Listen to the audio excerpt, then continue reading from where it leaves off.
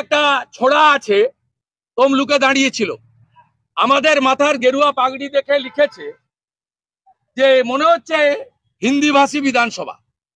এরা এইসব চাষ করে, এরা সনাতনীদের হিন্দি ভাষী বলে, বাংলা ভাষী বলে, কখনো মুসলমানদের বলে না। এরা উর্দুতে কথা বলে, এরা বাংলায় কথা বলে।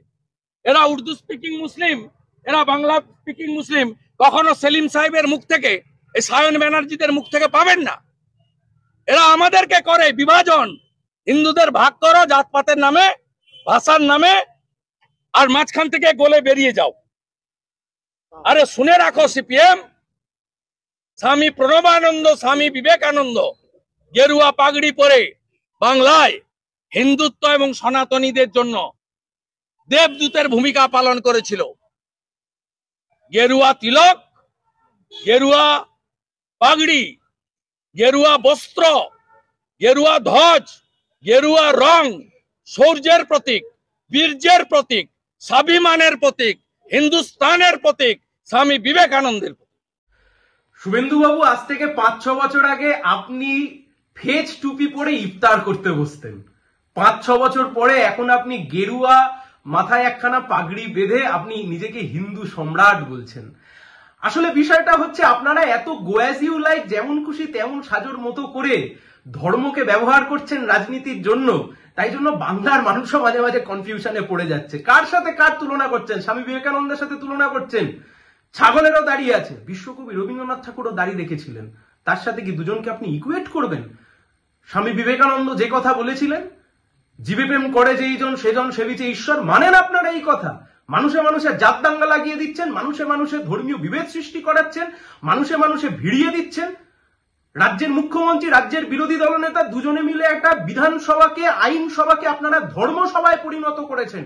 যা বলেছি 100% ঠিক বলেছি।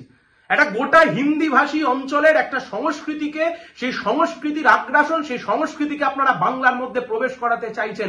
বাংলা, বাঙালি, বাংলার মানুষ এ কখনো মেনে নিতে পারে না। আপনারা বলছেন হিন্দু ধর্মের মধ্যে আমরা বিভাজন ঘটাচ্ছি। দেখুন তাকিয়ে গোবলয় অঞ্চলগুলোতে দলিতদের ওপর কি অত্যাচার, কি অনাচার হচ্ছে, কিভাবে দলিতদেরকে পিটিয়ে মারা হচ্ছে। আমরা করছি, আপনারা করছেন। হিন্দুত্বের রাজনীতি আর হিন্দু ধর্ম এই দুই কখনো সমান হতে পারে না। হিন্দুত্বের রাজনীতি করতে গিয়ে, উচ্চ বর্ণের হিন্দুত্বের রাজনীতি করতে গিয়ে গোটা বিজেপি শাসিত হিন্দি বলয়ের অঞ্চলগুলোতে যেভাবে দলিতদের উপর অত্যাচার হচ্ছে, পারবেন এর দায় নিজেকে অস্বীকার করতে? যতই আপনি চান মূল ইস্যু থেকে রাজনীতিকে ঘুরিয়ে দিতে, আপনি পারবেন না। আপনি বলেছিলেন কালীঘাটের ভাইপোকে জেলের ভাত খাওয়াবো। চোখ খুলে তাকিয়ে দেখুন, কালীঘাটের ভাইপো তো ছেড়ে দিন, কালীঘাটের কাকু আজকে জামিন পেয়ে বাইরে চলে এসছে।